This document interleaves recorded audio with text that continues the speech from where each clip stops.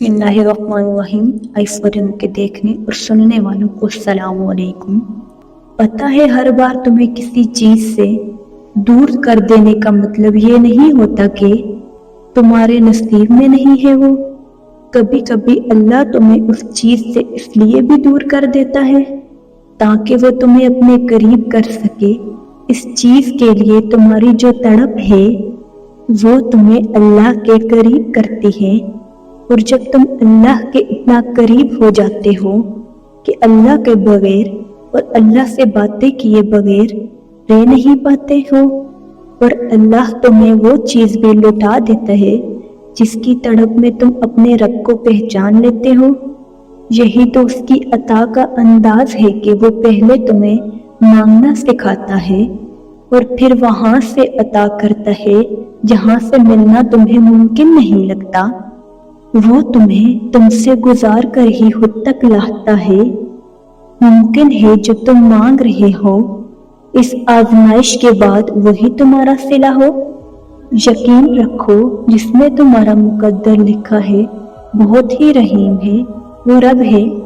वो अपनी रजा में खुश होने वालों की रजा को, वो खुश होने वालों की रजा को कभी रद्द नहीं करता। और फिर मैं कह रही हूँ कि अल्लाह से कुछ भी तो नहीं छुपा हुआ, और ना तुम्हारी खुशी और ना तुम्हारी तकलीफ वो सब जानता है, क्योंकि वो रहम करने वाला है।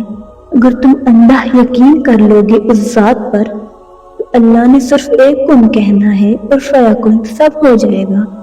तुम्हारी सारी दुआएं कबूल हो जाएंगी। तुम बस इस वक्त तक सब्र करो और यकीन को बनाए रखो, क्योंकि वो मोजज़ा करेगा। जरूर ये उसकी शान है। और जब तुम उस यकीन के साथ दुआ करोगे ना, तो कुछ भी हो सकता है। दुआ तो उसे भी खींच लाती है ना जो तुम्हारे नसीब में नहीं होता। दुआ तो लाहासिल को भी हासिल बना सकती है। दुआ तो ढेरों खुशियां लाती है। दुआ का असल मरहला ही तो सब्र है। और जब तुम इसमें कामयाब हो जाओ तो फिर और हर दुआ हमारी आजमाइशों के साथ कुन ले आती है, जिसके बाद हमारी चाहत को हमारा नसीब बना दिया जाता है। तो फिर हम अपने रब से मांगे तो फिर वो हमें अता कर देगा। उम्मीद है आपको हमारी आज की वीडियो पसंद आई होगी। अगर आपको हमारी आज की वीडियो पसंद आई है तो हमारे चैनल को लाइक करें, सब्सक्राइब करें, बेल आइकन को प्रेस करना ना भूलिएगा ताकि हर नई आने वाली वीडियो आप तक पहुंच सके। मिलते हैं एक नए टॉपिक के साथ, तब तक के लिए अपना बहुत सारा ख्याल रखिएगा। खुदा हाफिज।